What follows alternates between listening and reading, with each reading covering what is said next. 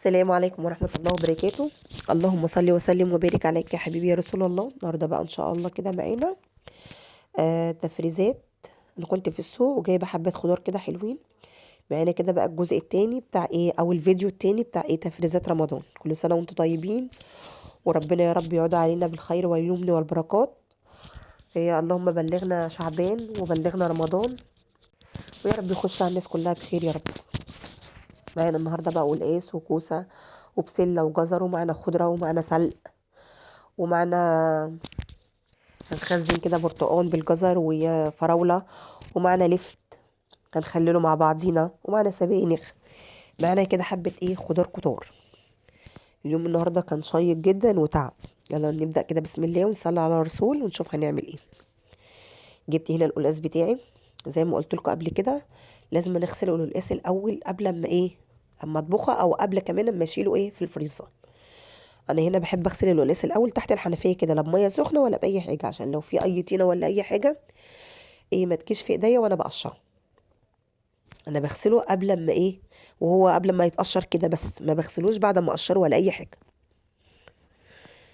خليكي تطلعيه كده من الفريزر تعمليه، لا هي جرمز منك ولا هيجلد منك ولا الكلام ده خالص، ولا هيبقى فيه مزلقه ولا الكلام ده، لا. هنا هغسله وهجيب فوطه كده زي ما انتم ما شايفين. غسلته كده غسله حلوه. دول كانوا 3 كيلو والقاس معايا. الكيلو والله كنت جايبه ب10 جنيه، مش عارفه غلي كده ليه.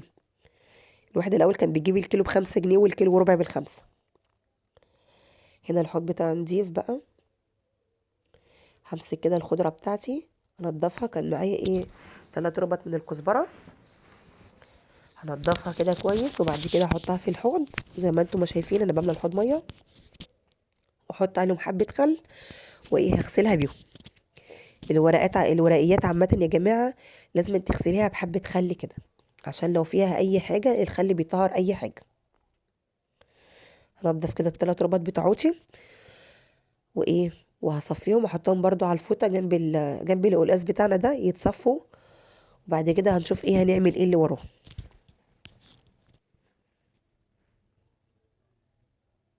زي ما انتم شايفين كده الربطه التالتة معانا نفس النظام برضو. هنضفها لو فيها اي حاجه، واحطها برضو ايه تتغسل مع اخواتها.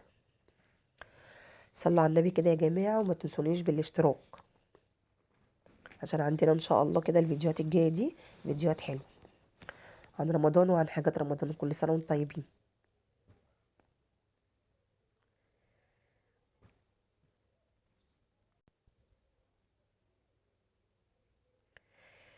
هنا كده بقى خلاص هحطها هي كده هنا في الحوض بتاعي. هلملم كده اللي انا عملته دوت، عشان ايه المكان حوالينا يبقى نضيف. حبيت خليها احطهم همت بتاع معلقه كده كبيره. اغسلهم بقى مره واتنين وتلاته.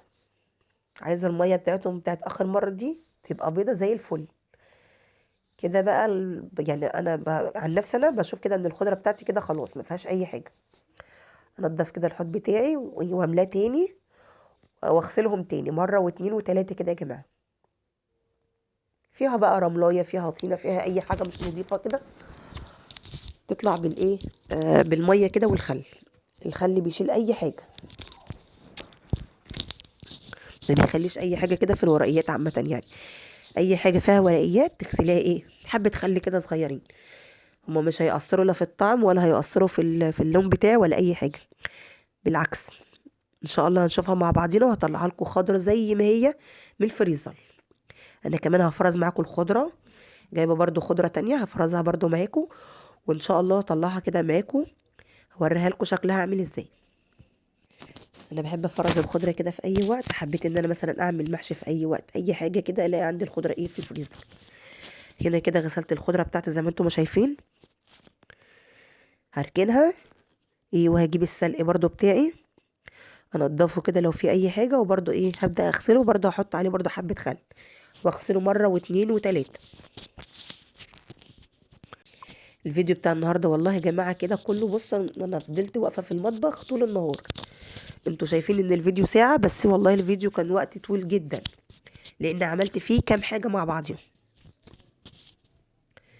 يا رب كده اكون خفيفه على قلوبكم، ويكون ايه الفيديو بتاعي مش طويل عليكم، معلش بقى. نضف كده السلق بتاعي واحطه كده ايه تحت الميه برضو، وزي ما قلت لكم هحط عليه حبه خل واغسله مره واتنين وتلاته. هنمشي مع بعضينا كده حاجه حاجه عشان ايه ما تتوهش مني.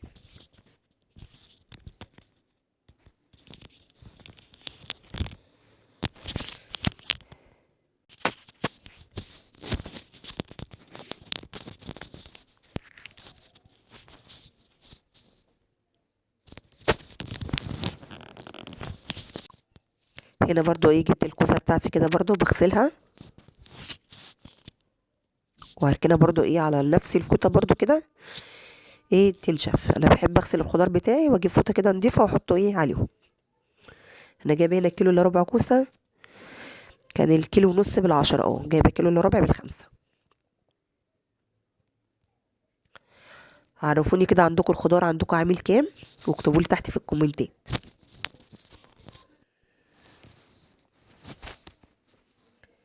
هنا خلاص كده السلق بتاعي قربت ايه خلص الغسيل فيه، وهركنه برضو ايه جنب الخضره كده بتاعتنا، ونشوف بعد كده ايه اللي بعده بقى.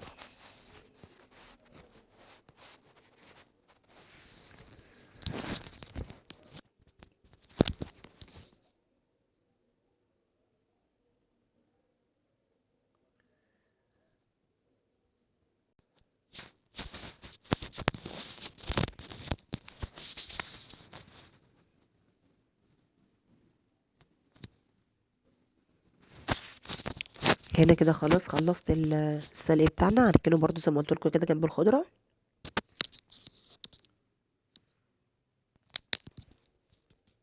وهننزل كده بقى بالجزر بتاعنا، نغسله برضو غسله كده محترمه كده، وبرضو ايه هنجيب فوطه تانية نضيفه وهننزل بالجزر بقى بتاعنا عليها.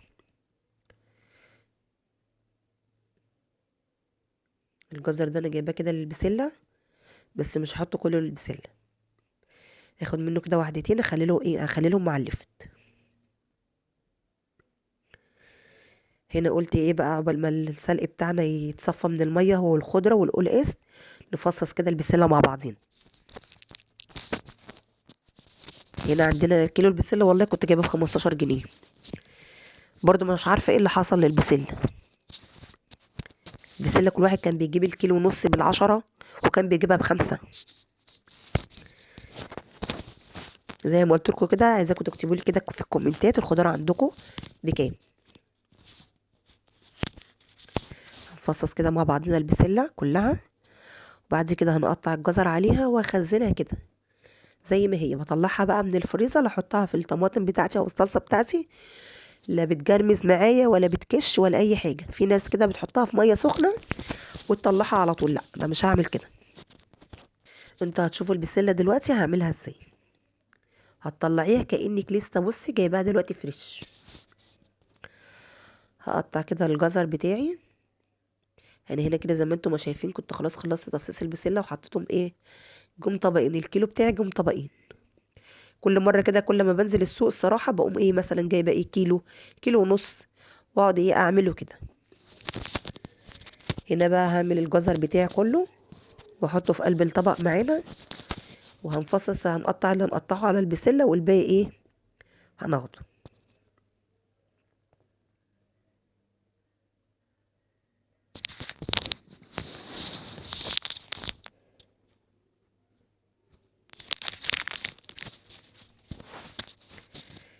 زي ما انتم شايفين كده هقطع عشان احطها على البسله. وانا خلاص خدت حبه دول، والحبه دول برضو ايه اللي انتم شايفينهم بتوع الجزر اللي ما عملتهمش دول، زي ما قلت لكم كده هقطعهم على على الليفت بتاعه وانا بخلله. انا عندي جزر تاني برضو جايباه بس ايه هعمل بيه البرتقال، هعمله عصير البرتقال. زي ما انتم شايفين كده هفضل اقطع في الجزر، وبعد كده ايه احطه على البسله بتاعتي.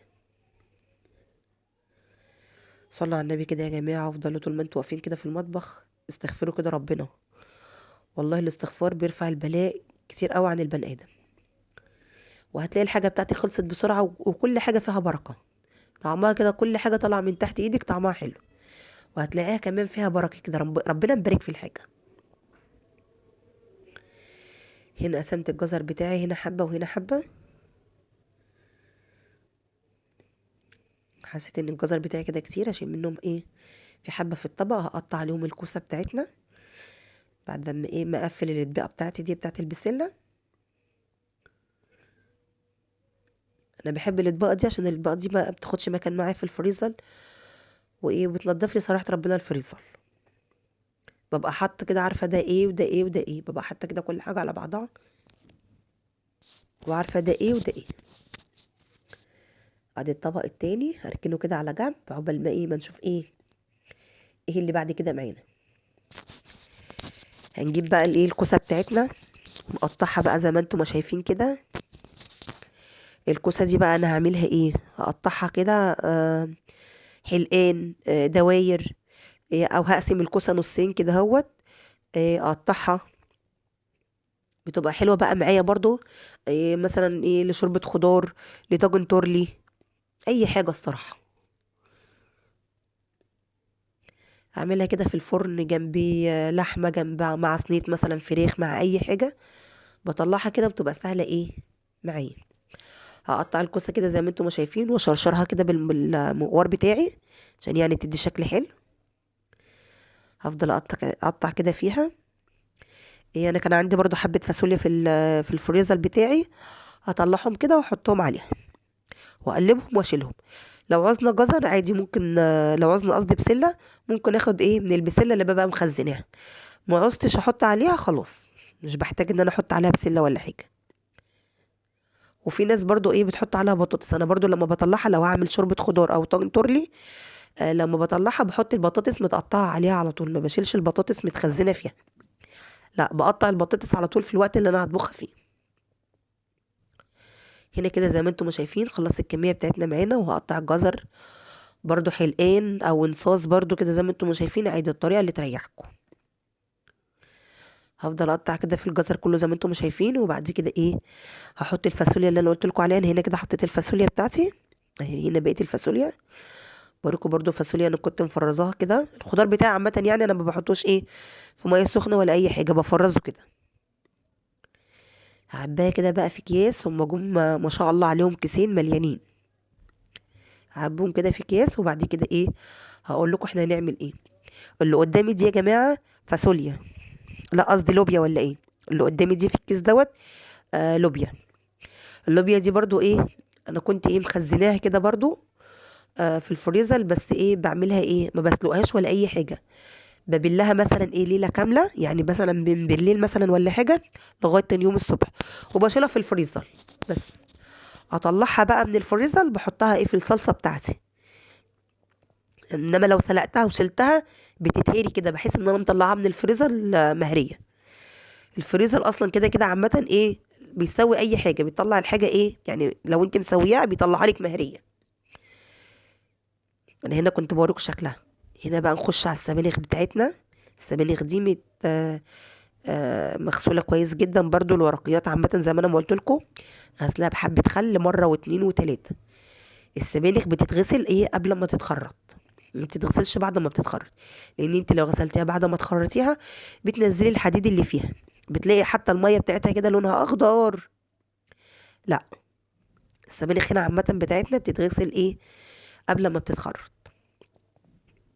عشان الحديد اللي فيها كمان ما ينزلش ولا اي حاجه. هقطعها كده معاكم زي ما انتم ما شايفين.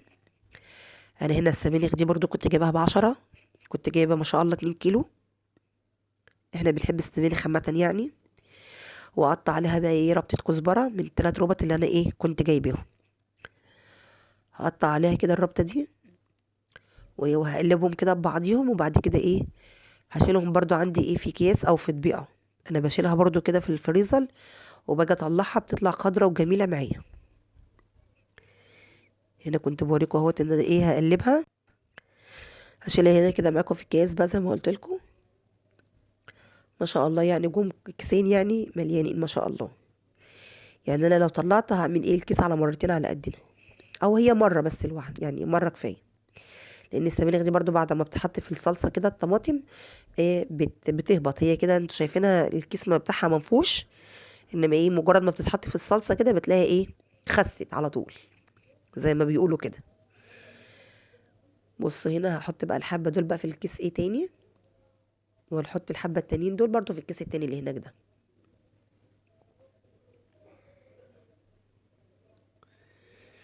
انا كنت مخزنه قبل كده معاكم الطماطم والكرنب، ومعايا برضو كرنب تاني ايه انا برضو خزنته تاني.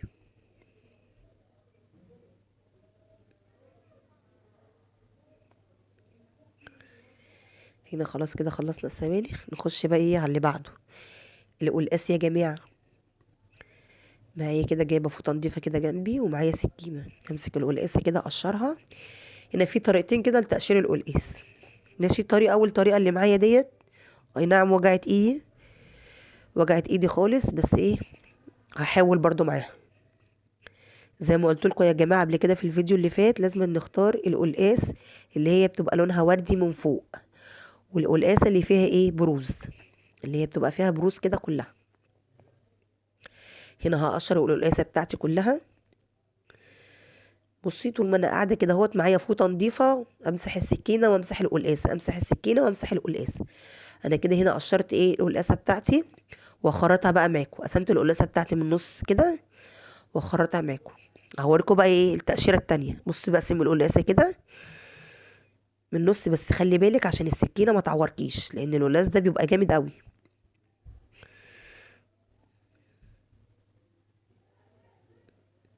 ماشي، اقسميها كده من النص ايه. الطريقه دي بقى بصي هتسهل معاكي، هتعرفي ان انت تتحكمي فيها وتمسكيها بايدك حلو قوي، عن الطريقه التانية، عن الطريقه اللي هي الاولانيه اللي انا وريتها لكم. بصوا هنا حلوه ازاي، تقشري على طول على طول على طول، وتمسحيها كده بعد ما تقشريها. عشان ايه؟ لو فيها حاجه مثلا كده، ولا ايدك فيها حاجه، او فيها ميه ولا حاجه، وتمسحي السكينه بتاعتها بحته وتحطيها برضو. نفس النظام كده برضو الحته التانية، نفس النظام، تقشريها كلها برضو وتمسحي ايدك كده. عشان ايه؟ القلاص بتاعنا ده انا مش عايزاه طوله ميه بعد ما يتقشر ولا اي حاجه. هنفضل كده نقشرها كلها. انا كده خلاص هنا خلصت تقشير القلاص كله. همسكه بقى ايه اقسمه كده نصين، وبعد كده ايه افضل بقى ايه اقطعه ايه زي ما انتم ما شايفين كده. اقسمه كده زي الصوابع واقطعه. هفضل اعمل كده كله، وبعد كده هوريكم برضو ايه انا هقطعها ازاي دلوقتي تبقى كلها سوا واحد. طول ما انا بص واقفه ماسكه الحته، امسح ايه مكان الحاجه اللي انا بقطع فيها دي وبالسكينه، وامسح ايديا كده. بصوا انا هنا بقطعها ازاي. هفضل اقطع كده فيها، وبعد كده بقى ايه معانا بقى مكون بقى هيخليه تحطيه على القلقاس ده بقى، يخليك تطلعي القلقاس من الفريزر. بصوا ابيض شمعة، تخليك تطلعيه كده يبقى شكله ايه جميل زي البفتة البيضة. نفس النظام كده هنفضل نقطع كده فيها. وهنجيب بقى ايه ليمون، ليمونة واحدة كده او ليمونتين. انا حطيت هنا بتهيالي ليمونتين، حطيت هنا كده ليمونتين عصرتهم عليها وهقلب فيها. وبعد كده هعبي ايه في الاطباقة بتاعتي. هقطع كده كله زي ما انتم ما شايفين. انا خلاص هنا كده قطعته، بصوا كله سوا واحد ازاي. ادي الليمونه بتاعتي كبيره، الليمونه دي كبيره.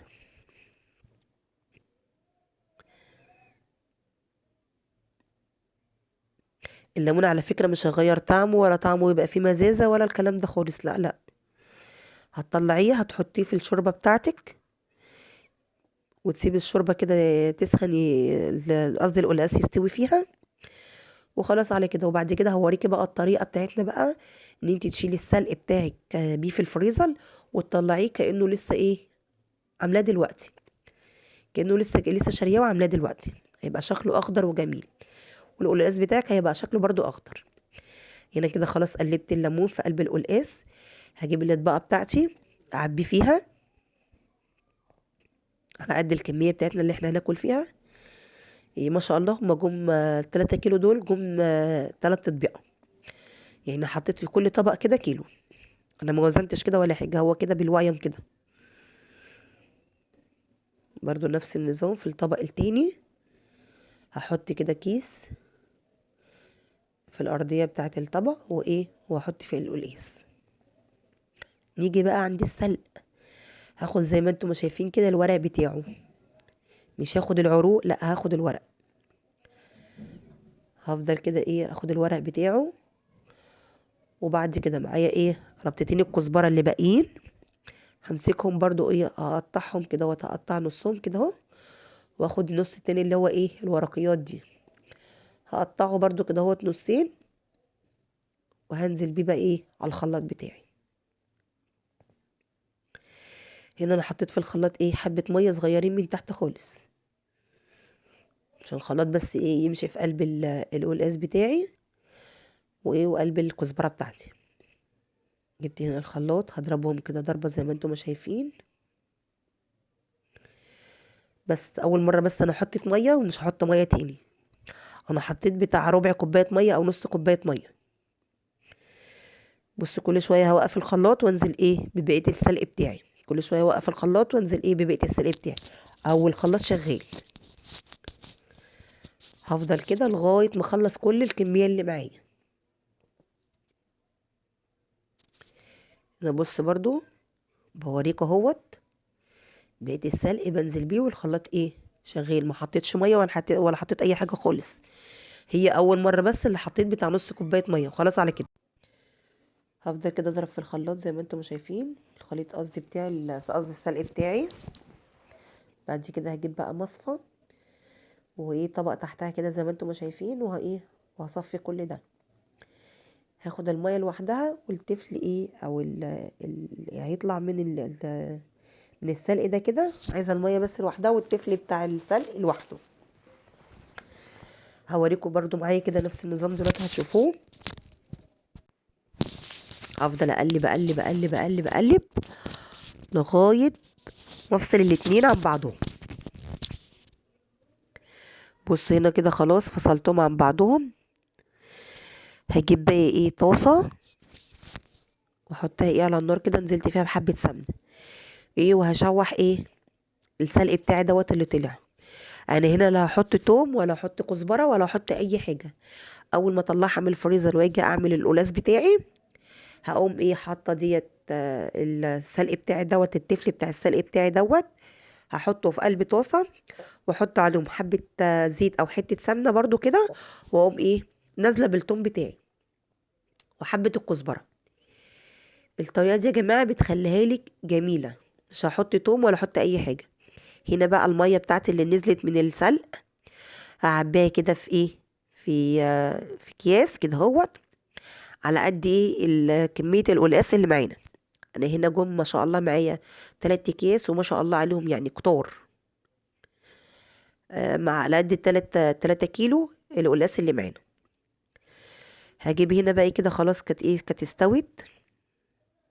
ماشي انا ما سويتهاش قوي، سويتها بتاع نص تسويه كده، يعني يعني خليت الميه اللي فيها تنشف بمعنى اصح.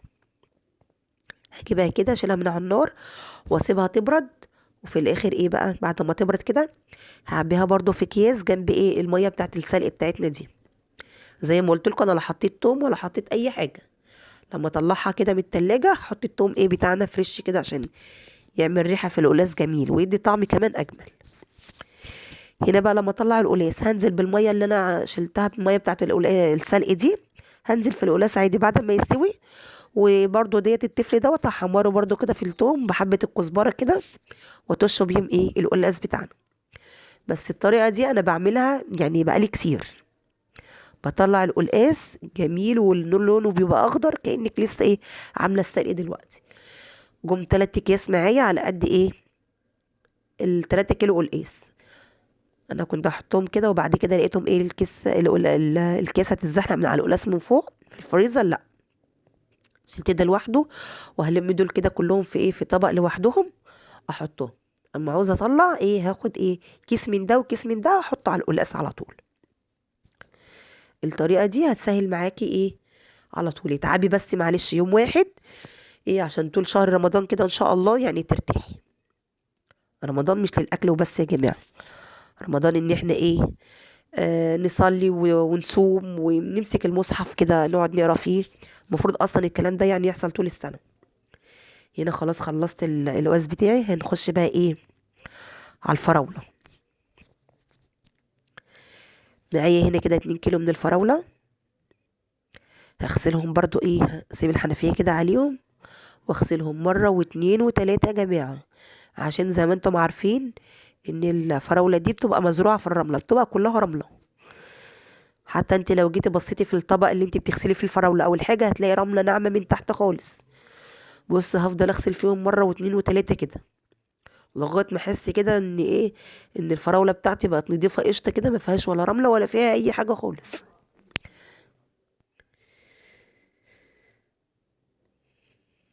هنا كده خلاص. بصوا هدلق الميه، بصوا بوريكم. شايفين؟ شايفين التراب اللي بيبقى في تحت في الطبق من تحت من الفراوله. هشطف كده الطبق بتاعي وهنزل برضو بالفراوله تاني. هفضل اغسل كده فيها شويه فيها شويه كم مره كده اهوت. ما تركزوش في الكلام اللي انا بقوله، خليكم في الحاجات اللي انا بعملها بس. هفضل اغسل كده فيها كم مره، وبعد كده ايه، هنقطعها دلوقتي مع بعضينا وهنعبيها في كيس وهنشيلها في الفريزر برضو ايه. نطلعها بقى. عايزه بقى تعصري على الفراوله دي آه بنجر. البنجر بيخليها تحفه الصراحه، بيخليها حمرا كده وجميله. وبعد كده كمان وكمان بيديها ايه، الفراوله مع البنجر يعني بيعملوا كده حديد عالي كده. البنجر لوحده اصلا فيه كميه حديد. بصوا بوريكم شكلها عامل ازاي.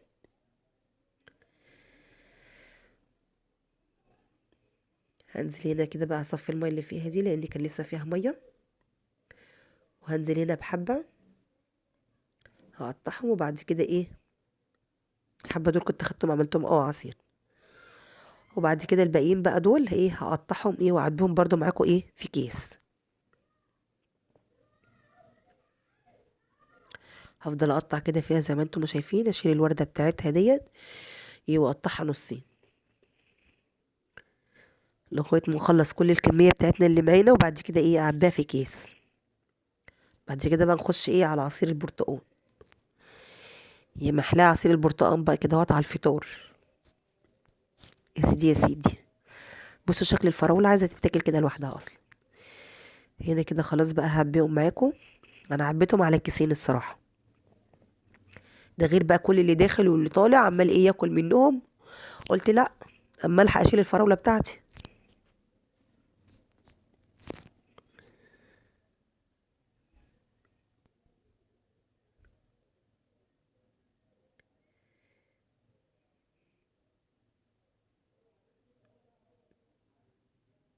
هنا خلاص كده هشيل الباقي.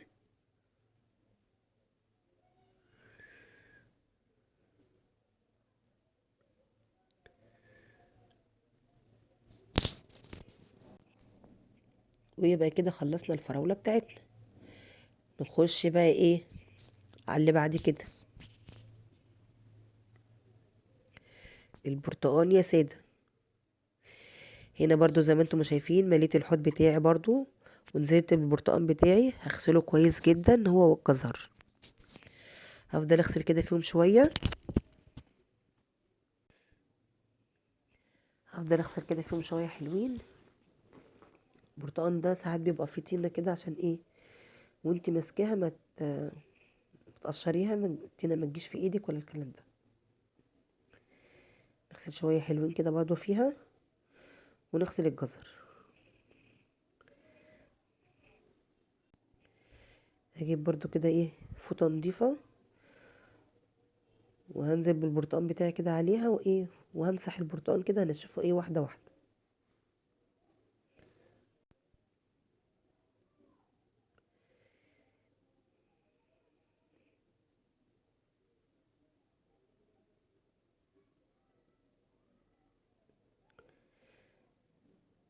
هفضل امسح كده البرتقال زي ما انتم شايفين كده، واحطه ايه في الطبق تاني او اسيبه عامة يعني.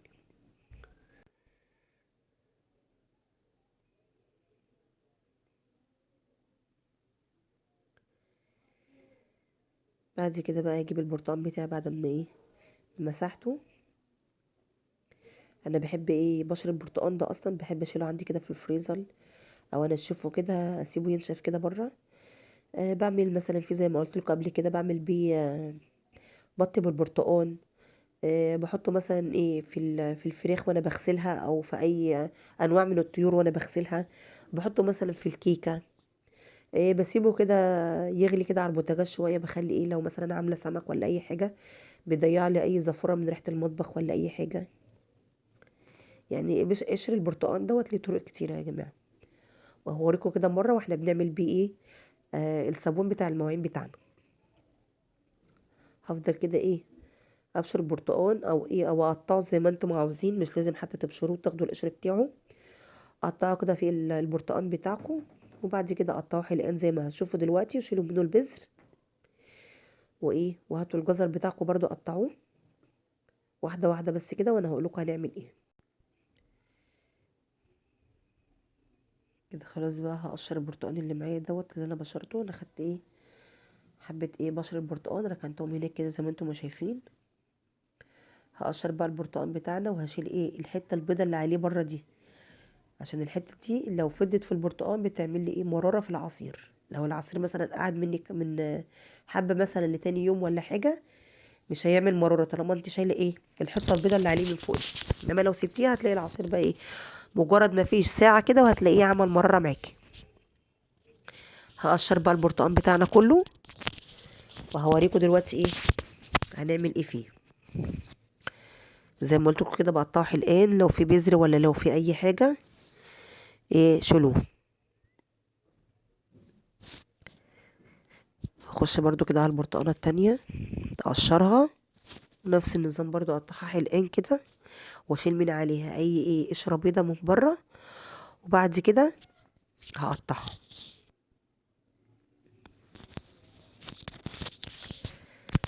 زي ما انتم شايفين كده.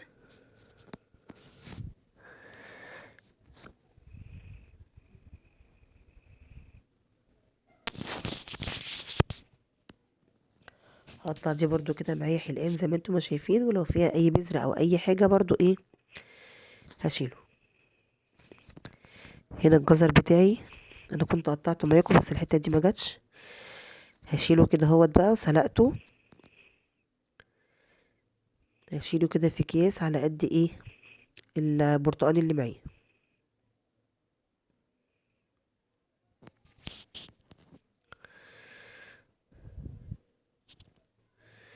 هنا البرتقال بتاعي عمل لي بتاع 3 اكياس هما زي ما انتم ما شايفين، او 3 اطباق.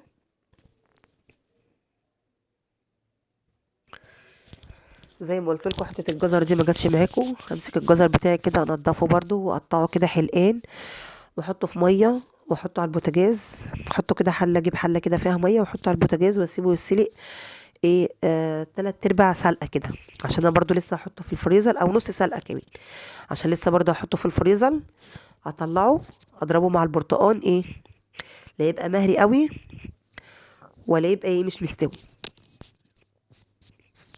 زي ما انتم شايفين كده خلصت كميه الجزر اللي معانا، وهركنه بقى عبال ما نشوف ايه هنعمل ايه بعد كده.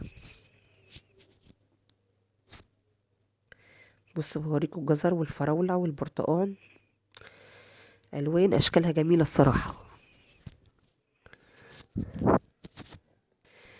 ادي الخضار بتاعنا اللي فرزناه، البرتقال وشوربة الخضار والفراولة والسبانخ والفاصوليا والكرنب والسلق والبسلة بالجزر والقلقاس، كل حاجة معاكم اهي.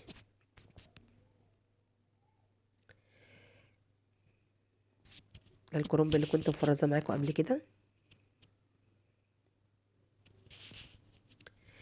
وهذه الحاجات اللي انا فرزتها معاكم دلوقتي.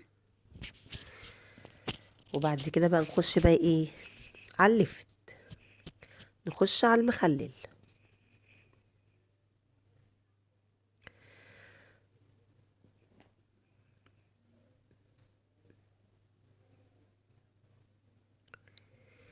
عايزه ترش على البرتقال سكر قبل ما تشيليه في الفريزر وشي، بس انا بحب اطلعه كده نحط عليه سكر في قلب الايه الخلاط على طول. هنا بقى معايا ايه دور 2 كيلو او 2 كيلو ونص من اللفت. ماشي، هجيب اللفت بتاعي كده انا منضفاه من الورقيات اللي هي بتبقى فيه ده، وغسلاه كويس عشان لو في اي طينه ولا او في اي حاجه، وهقطعه كده معاكم زي ما انتم ما شايفين، منضفاه من اي حاجه، وامسك كده الليفتيه اقطعها كده معاكم زي ما انتم ما شايفين. الشكل ده بيبقى شكله حلو قوي في الليفت يا جماعه، اللي هي السكينه المشرشره دي بتخلي شكل الليفتيه كده جميل. هفضل اقطعها كده معاكم، وامسك الليفتيه كده اقطع اقطع اقطع بالسكينه بتاعت المشرشره دي، واشيلهم. وبعد كده ايه، معنا الجزر اللي انا كنت قايله لكم ان انا شايله منه حبه عشان ايه اعملهم واحطهم على الليفت. برضو هنخلي الجزر معاه. تخلي لي الجزر مع الليفت، هخلي الجزر مع الليفت يا جماعه. ايه، هنمسك كده برضو واحدايه تاني واقطعها من النص، وامسكها برضو ايه كده اهوت، اقطعها برضو ايه من الجنب، واحده ورا التانية ورا التانية. وايه، هي هنحط بعد كده على الليفت اللي معانا دوت. بص انا حاطاه في مصفى، حاطه طبق تحته عشان نحط عليه حبه ملح. الملح دوت هنتبل بيه ايه الليفت، عشان ينزل فيه اي ميه اي حاجه، عشان انا مش عايزه بعد كده، بعد ما انا خلاص غسلته قبل ما اقطعه قبل اي حاجه، مش عايزه بعد كده يبقى فيه ميه ولا فيه اي حاجه، وكمان ينزل المراره اللي فيه، لان الليفت بيبقى مر. الملح هنا بقى هينزل كل المراره اللي فيه. وهوريكم الميه اللي هتنزل من الليفت دلوقتي عامله قد ايه. ماشي، هنقطع هنا.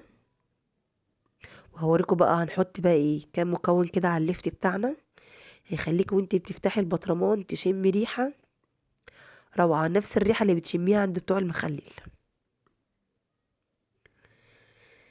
هنمسك الليفتيه كده زي ما قلت لكم، نقطعها.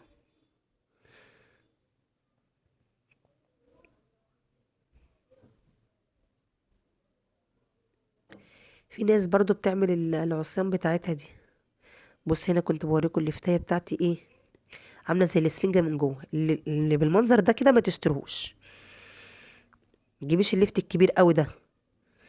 هات الليفتيه ايه، لا تبقى كبيره قوي ولا تبقى صغيره قوي، الوسط الحلو.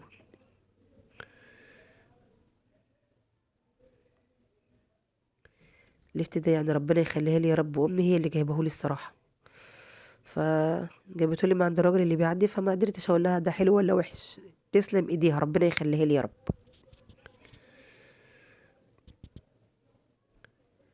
هفضل كده اقطع معاكم زي ما انتم ما شايفين.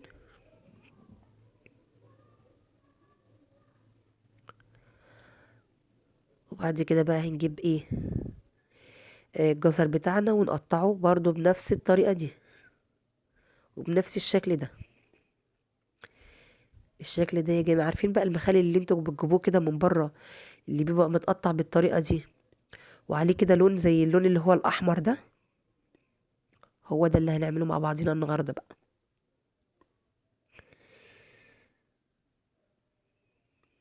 هنفضل برضو نقطع كده فيه زي ما قلت لكم. هو صح، في ناس بتحب تحط العصيان دي في قلب المخلل. على فكرة انا بحبها جدا، بتبقى جميلة جدا مع ايه، مع اللفت.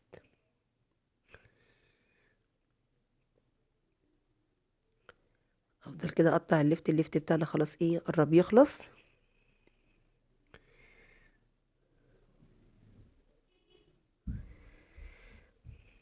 انا بوريكم يا جماعة عشان في ناس كتير ما بتعرفش تعمل اللفت، لا الطريقة سهلة جدا وبسيطة. وبصوا انا ما فصلتش الفيديو عشان ايه اوريكم كل حاجة ايه قدامكم. في حاجات بفصل فيها الفيديو، لا في حاجات بقى ما ايه، يعني ما بفصلش فيها الفيديو عشان اوريكم كل حاجة ايه بتبقى قدامكم كده. عشان يلا لو ملحقتيش تخزني لفت رمضان او تخلي لي لفت رمضان، يلا جدعاني كده والحقي نفسك وخزني ايه، او خلي لي لفت رمضان. مش لازم لرمضان بس يا جماعة، يعني ممكن تخلي ليه وبعد يومين ثلاثة تاكلي منه برضه.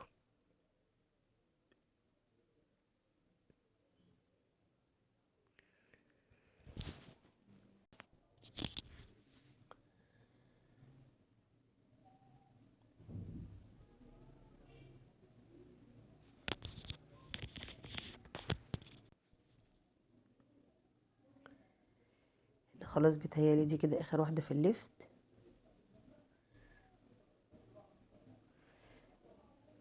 بص بنتي كانت بتقول لي ايه يا ماما انت بتقطعي شكله كده ليه، فكنت بوريها الشكل بقى. هننضف بقى كده الدنيا اللي حوالينا عشان ايه المكان يبقى حوالينا نضيف، مفيش اي كركبه فيه.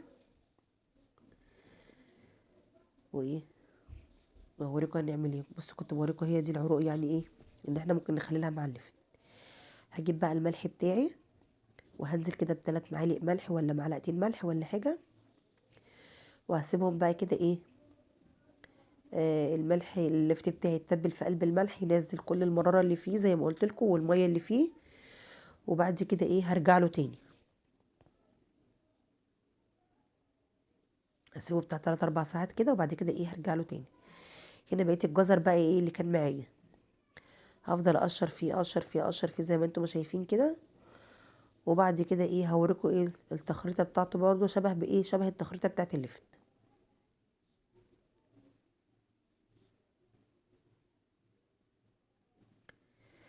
نفس النظام زي ما انتم شايفين كده.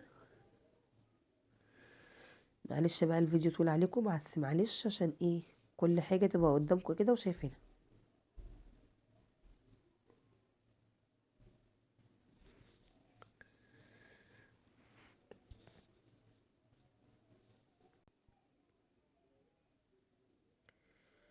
هفضل كده بالمقشره بتاعتي اقطع الجزر معانا. بعد كده بقى ايه هوريكم بقى الطريقه.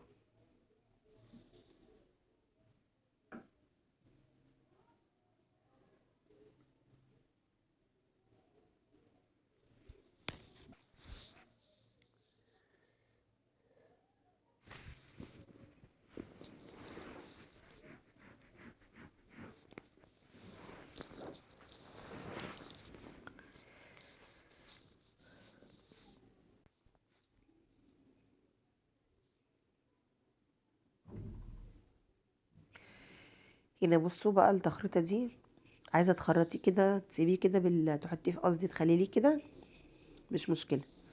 عايزه بقى تخرطي التخريطه اللي انا هخرطها بيها دلوقتي برضو دي او دي هي النتيجه واحده، بس هو الشكل بس اللي ايه عشان انا عايزه الشكل كله يطلع ايه واحد. بص انا بوريه لكم، عايزه تسيبيه زي ما انا عاملاه كده هو تسيبيه، عايزه تخرطيه زي ما انا ما بخرطه كده عادي برضو. زي ما قلت لكم هي النتيجه واحده.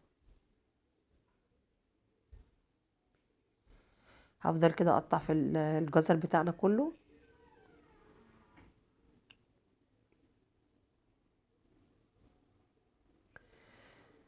لغايه ما اخلصه كده. وبرضو نفس النظام زي ما عملنا في اللفت هنعمل في الجزر. هحط عليه برضو حبه ملح صغيرين كده واسيبهم برضو ينزلوا برضو الميه اللي فيهم، وايه والطعم المسكر اللي في الجزر انا عايزاه ينزل. وهحطه برضو كده واسيبه شويه كده. وبعد كده ايه هرجع له بقى هو واللفت عشان نشوف ايه هنخلي لهم ازاي. هنخلي لهم زي ما انا ما قلت لكم بطريقه حلوه كده برضو سهله.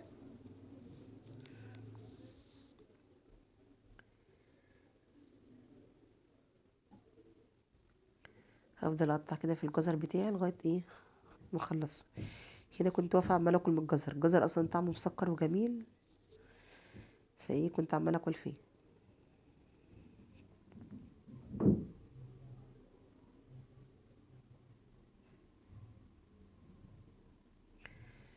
خلص التقطيعه بتاعتي دي كده بقى وايه وهنخش على الخضره.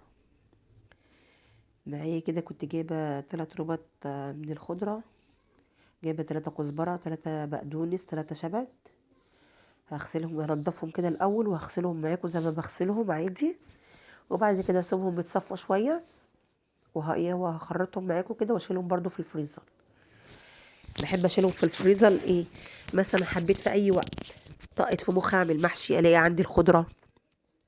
وطبعا كده كده الصلصه انا مفرزاها معاكم والكرنب بفرزها معاكم والخضره كمان بقى ايه بفرزها معاكم. حبيت مثلا اعمل طاجن سمك بلاقي عندي خضره، كفته مثلا ولا حاجه بلاقي عندي خضره في اي وقت كده بلاقي ايه بلاقي الخضره. بصوا زي ما قلت لكم هنا حطيت هنا كده حبه ملح على الجزر بتاعي وايه وهسيبه شويه ايه يدبل. ادي الخضره معانا. انا شاريه 3 ربط ب2 جنيه، يعني ال9 ربط دول عملوا معايا 6 جنيه. زي ما قلت لكم 3 كزبره 3 بقدونس 3 شبت. هغسلهم كده واحط فيهم حبه خل برضو زي ما انتوا ايه ما عارفين. واغسلهم مره واتنين وتلاته واسيبهم برضو على فوطه كده يتصفوا. ده كانت خلاص بقى ازازه الخل بتاعتي خلصت. هطلع كده فوطه، هجيب فوطه كده نضيفه كده بتاعت مطبخ، واحطهم ايه عليها بعد ما اغسلهم مره واتنين وتلاته كده، واسيبهم كده يتصفوا من الميه. هفضل اغسل فيها كده زي ما انتم ما شايفين. عايزه الميه بتاعتها دي تبقى ايه بيضه كده قشطه. واشيل الحاجات دي بقى ايه، واغسل برضو فيها مره كمان. ورناش حاجه، نقعد نغسل كده في الحاجه مره واتنين وتلاته لغايه ايه ما نلاقيها بقت فله كده معانا.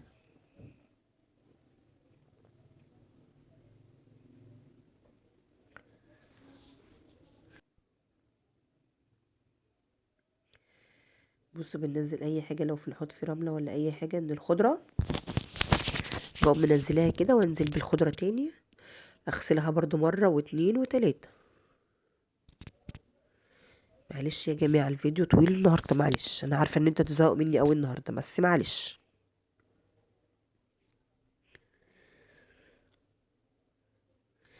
هجيب في طفوطه كده نضيفه زي ما قلت لكم،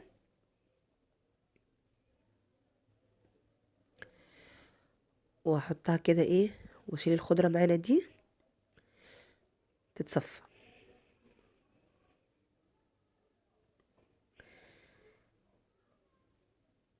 الخضره بقى تتصفى معانا، وايه واروح الم كده اللي ورايا في المطبخ، عشان المطبخ ورايا بص يضرب يقلب. وبعد كده ارجع بقى للخضره تكون اتصفت ونشفي كده معايا شويه، ما يبقاش فيها ميه، خرطها. وبعد كده نرجع نشوف ايه هنعمل ايه بقى في اللفت بتاعنا هو والجزر.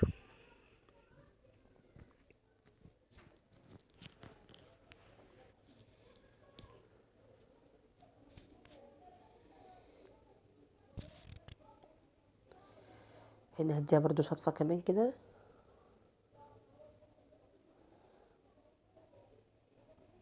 خلاص يا ستي، انت في ايه كل شويه عماله تغسلي في الخضره بتاعتك؟ خلاص بقى زهقتينا.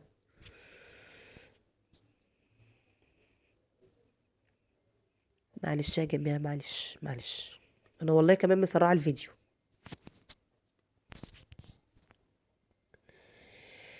بتهيالي دي اخر مره بقى شكلها كده هتغسل فيها الخضره، وهتشيلها تحطها في الفوط، عشان كده كتير بقى، كفايه كده.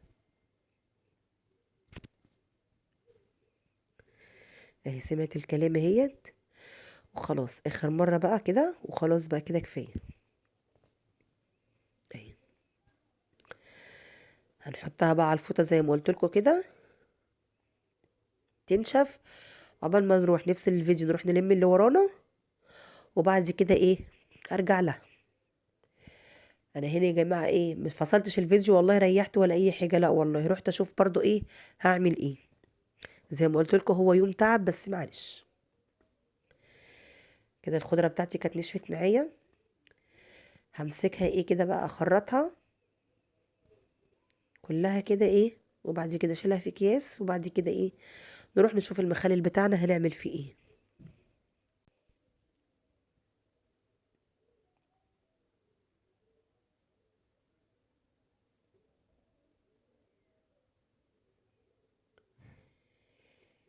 زي ما انتم شايفين كده، انا يعني بحاول على قد ما اقدر اقطعها صغيره، بعرفش اصلا اقطع الخضره صغيره قوي يعني. بحاول على قد ما اقدر كده اقطعها ايه يعني صغيره، مش صغيره قوي ولا كبيره قوي، تبقى حلوه يعني.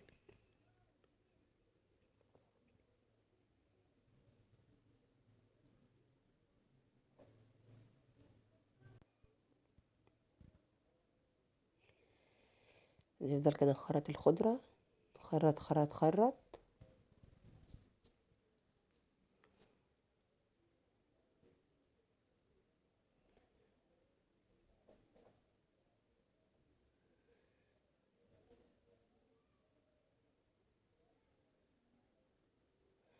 زي ما قلت لكم كده يا جماعه، طول ما انتوا واقفين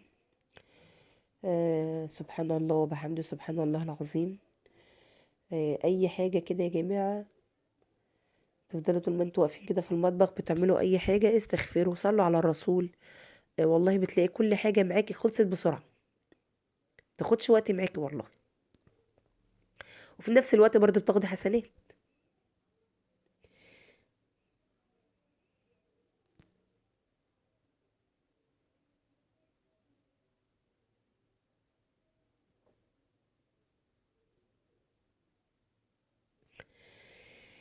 هنا كده خلاص بقى، قربت اخلص الخضرة اللي معايا. تخلصي يا حاجة في الخضرة اللي انت بتقطعها بقالك كتير دي.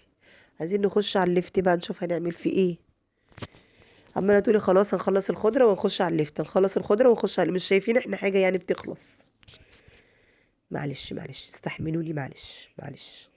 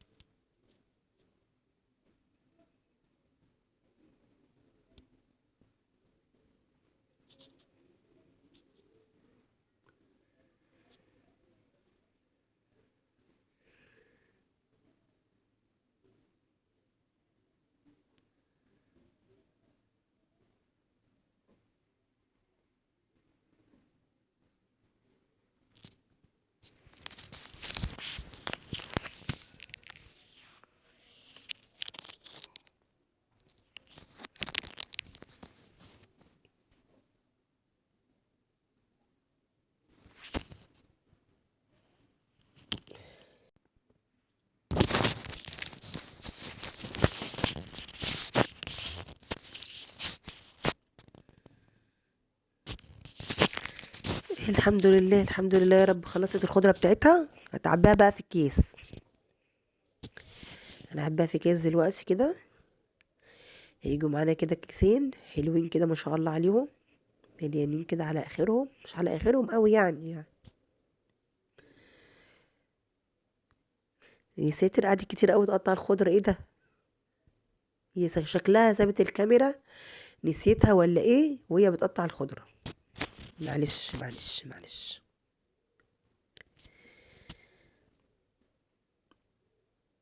خلاص كده هنا جم كيسين زي ما انا ما قلتلكوا. هنشيلهم بقى كده عندنا في الفريزر، ونطلع منهم في الوقت اللي احنا ايه عايزينه يا جماعة.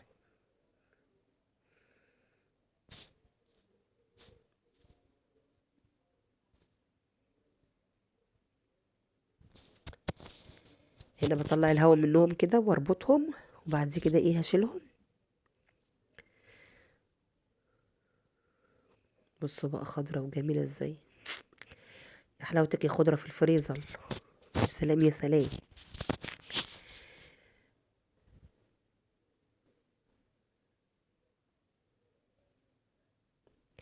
يلا نخش بقى على الليفت اللي احنا عمالين نقول هنخش عليه وما بيجيش ده خالص.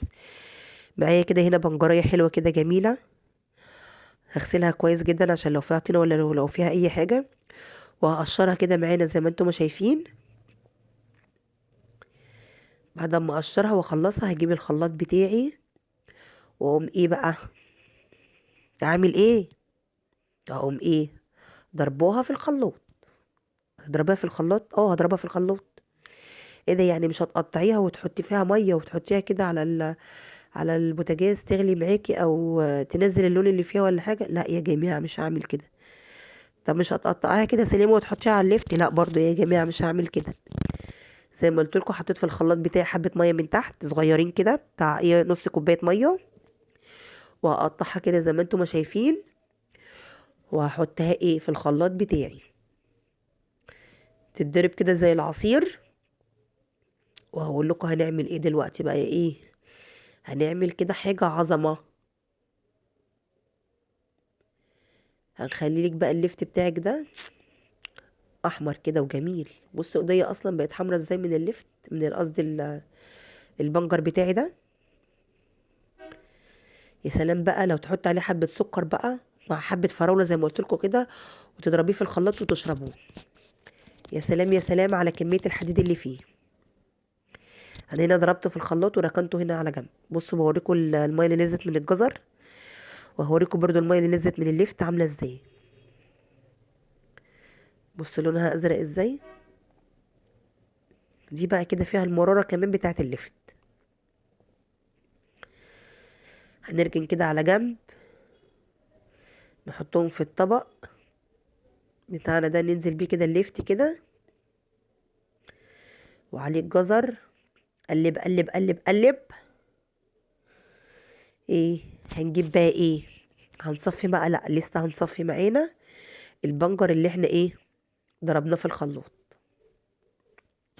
على فكرة انا مش هاخد كمية البنجر دي كلها، انا هاخد حبة من المية والباقي هشيله في الفريزر. زي ما قلت لكم احطه مثلا على عصير برتقال، على عصير فراولة، على اي حاجة. ممكن احطه على تمر كمان، اي حاجة بدخل فيها البنجر. وساعات والله كده ببقى عندي بنجر كده في التلاجة، ممكن اقشرها واكلها. حلوة للأنيميا، وحلوة بترفع الحديد في الجسم، وحلوة يعني فيها يعني حاجات فيتامينات مفيدة جدا. بص كده هنا آخر حبة، هفضل كده أقلب فيهم عشان عايزة المية بتاعتهم دي تنزل الأول كده. لأن أنا زي ما قلت لكم كده مش هحط المية دي كلها، أنا هحط نص كمية المية دي وإيه، وهاخد الباقي. أنا هنا كنت غالية مية في الكتل وسايباها تبرد خالص، يعني أنا غالية مية وسايباها تبرد خالص. هجيب هنا بقى ايه الليفت بتاعي والجزر والبنجر اللي انا التفل بتاع البنجر ده بقى كرفس يا جماعه. هتحط كرفس على الليفت، هحط كرفس على الليفت. بص الكرفس ده بيدي طعم للليفت حلو قوي، بيخليه تحفه. وهنحط كمان ايه بقى، معلقه حبه البركه ومعلقه كزبره صحيحه، مش كزبره مطحونه، لا كزبره حب كده يا جماعه. بصوا هنقلبهم بقى كده في قلب الليفت بتاعنا والجزر مع حبه الملح اللي هنحطهم. بصوا معلقه اهي حبه البركه دي، وافتحي البطرمان بتاعك وشمي احلى روايح المخلل. حبة البركة دي بقى بتخلي ريحة المخلل جنان، هوية والكزبرة. ومعايا هنا 3 معالق من الملح او معلقتين على حسب كمية ايه اللفت اللي عندك هو والجزر. ماشي، هنقلبهم كده ببعضيهم. وهجيب البطرمان بتاعي احط فيه المخلل بتاعي ده.